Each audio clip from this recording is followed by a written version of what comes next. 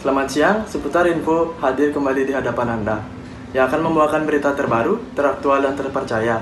Bersama saya Pandenyaman Nararia, mari kita simak berita berikut. Mengulas krisis moneter di Cina yang terjadi pada tahun 2008 sampai 2017 silam, masih menimbulkan dampak yang besar bagi perekonomian di Cina dan juga melemahnya pertumbuhan ekonomi di Cina. Berikut cuplikannya. Krisis ekonomi yang terjadi di Cina pada tahun 2008 yang berupa utang Cina merupakan pembelajaran yang mahal untuk pemerintah Cina. Cina yang begitu besar dan telah menjadi adidaya ekonomi, ternyata membangun kemegahan ekonominya dengan utang. Utang pemerintah daerah yang pada saat ini dianggap sebagai sumber risiko keuangan sistemik terbesar bagi negara tersebut, menjadi perhatian serius. Ini tidak ada hubungannya dengan besarnya utang pemerintah daerah yang tidak pernah melebihi 40% dari PDB. Hampir semua utang pemerintah daerah dipinjam dan diinvestasikan oleh perusahaan semu SPV yang dikenal sebagai kendaraan pembiayaan pemerintah daerah yang tidak memiliki aset atau struktur manajemen fungsional apapun. Pada tahun 2013, Beijing memang mulai menindak serius pembelanjaan lokal yang boros, yang memaksa sebagian besar perusahaan semu ini menutup pintu mereka. Beijing secara bersamaan meluncurkan rancangan reformasi fiskal untuk mengurangi ketergantungan pemerintah daerah terhadap utang untuk membayar kebutuhan infrastruktur dasar mereka. Baik, untuk membahas lebih lanjut mengenai krisis moneter di Cina, akan dilanjutkan oleh rekan saya Teresia untuk laporan selengkapnya. Baik, di sini saya Teresia akan mengupas sedikit kasus tentang mengulas krisis moneter di Cina, di mana krisis moneter ini merupakan suatu peristiwa yang berhubungan dengan keuangan suatu negara. Krisis moneter di Cina ini berupa hutang dari negara tirai bambu tersebut yang terjadi pada tahun 2008 sampai 2017 lalu. Untuk membahas lebih lanjut tentang kasus krisis moneter yang terjadi di negara Cina tersebut, langsung saja saya sapa yang pertama. Halo, selamat siang Ibu Nita. Saya akan bertanya pada Ibu Nita. Yang pertama, apa saja penyebab dari krisis moneter tersebut? Selamat siang Ibu Teresia. Baik, penyebab krisis moneter di Cina terjadi yang pertama karena kesenjangan produktivitas yang erat berkaitan dengan lemahnya alokasi aset atau faktor produksi. Yang kedua, ketidakseimbangan struktur antar sektor produksi. Yang ketiga, ketergantungan utang luar negeri yang berhubungan dengan perilaku para pelaku bisnis. Yang keempat, stok utang luar negeri yang begitu besar dan berjangka pendek yang mengakibatkan kondisi tidak stabil. Yang kelima, terdapat banyak kelemahan dalam sistem perbankan di suatu negara, perkembangan situasi politik yang tidak kondusif akibat krisis ekonomi, mengakibatkan memperbesar dampak krisis ekonomi. Baik, lalu apa dampak yang disebabkan oleh krisis moneter tersebut? Baik, krisis moneter berdampak pada kurang baiknya suatu negara yang mengalaminya. Hal ini disebabkan karena kurs nilai tukar mata uang asing, khususnya dolar, yang melambung tinggi dan juga nilai tukar falas. Akibatnya, banyaknya perusahaan yang terpaksa memberi PHK kepada karyawan dengan alasan tidak bisa membayar upah.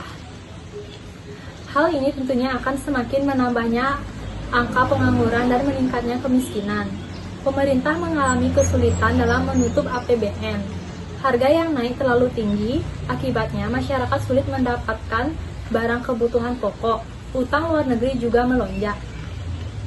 Terima kasih. Ya, terima kasih Bu Nita atas informasinya. Selamat siang. Selanjutnya, saya akan langsung terhubung dengan narasumber kedua, yaitu dengan Ibu Meli.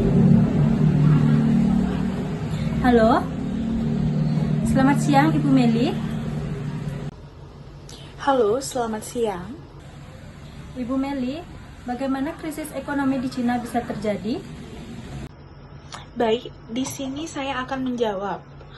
Jadi pada awalnya, karena perekonomian Cina selalu bergantung pada investasi ke aset tetap dan infrastruktur yang sangat masif seperti jalan, rel, kereta api, dan kompleks apartemen, sebagian besar investasi Beijing ternyata dibiayai oleh utang, baik dalam bentuk pinjaman, obligasi, dan lainnya.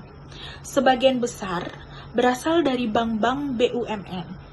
Pada 2015, outstanding pinjaman bank serta dengan 141% dari PDB, sementara outstanding obligasi mencapai 63% dari PDB. Perusahaan milik negara menyumbang lebih dari 55% dari utang tersebut, walaupun hanya menyumbang 20% dari PDB. Baik, bagaimana pertumbuhan ekonomi beberapa tahun terakhir? Pertumbuhan ekonomi beberapa tahun terakhir bergantung pada banyaknya pinjaman. Utang pun tumbuh lebih cepat daripada keseluruhan ekonomi selama 5 tahun terakhir. Kredit nominal ke sektor finansial meningkat lebih 2 kali lipat dalam 5 tahun terakhir, dan total rasio kredit terhadap PDB non-finansial domestik meningkat 60 poin persentase menjadi sekitar 230% pada 2016. Utang tersebut diperkirakan akan meningkat hingga hampir 300% dari PDB pada tahun 2022 mendatang. Sebagian pembayaran utang dilakukan melalui struktur pendanaan yang sangat kompleks dan terutama berjangka pendek, kemudian meluas ke dana deposito hingga pasar antar bank dan produk wealth management, serta melalui jaringan entitas yang kompleks dan saling terkait. IMF meyakini bahwa utang tambahan dalam beberapa tahun terakhir juga telah digunakan dengan buruk, karena kredit yang diberikan ke sektor industri, perusahaan milik negara, dan wilayah tertentu belum diimbangi kenaikan nilai tambah para pinjaman tersebut. Hal ini menunjukkan bahwa kredit telah digunakan relatif tidak efisien.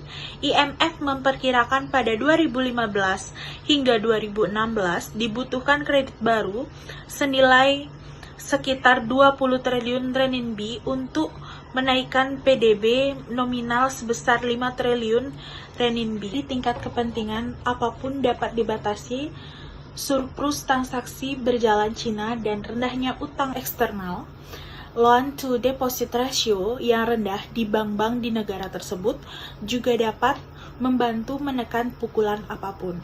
IMF mengacu pada krisis utang Amerika pada tahun 1980-an, krisis perbankan Jepang pada tahun 1997, serta pengalaman Amerika Serikat dan Inggris dalam krisis keuangan global sebagai contoh kejatuhan.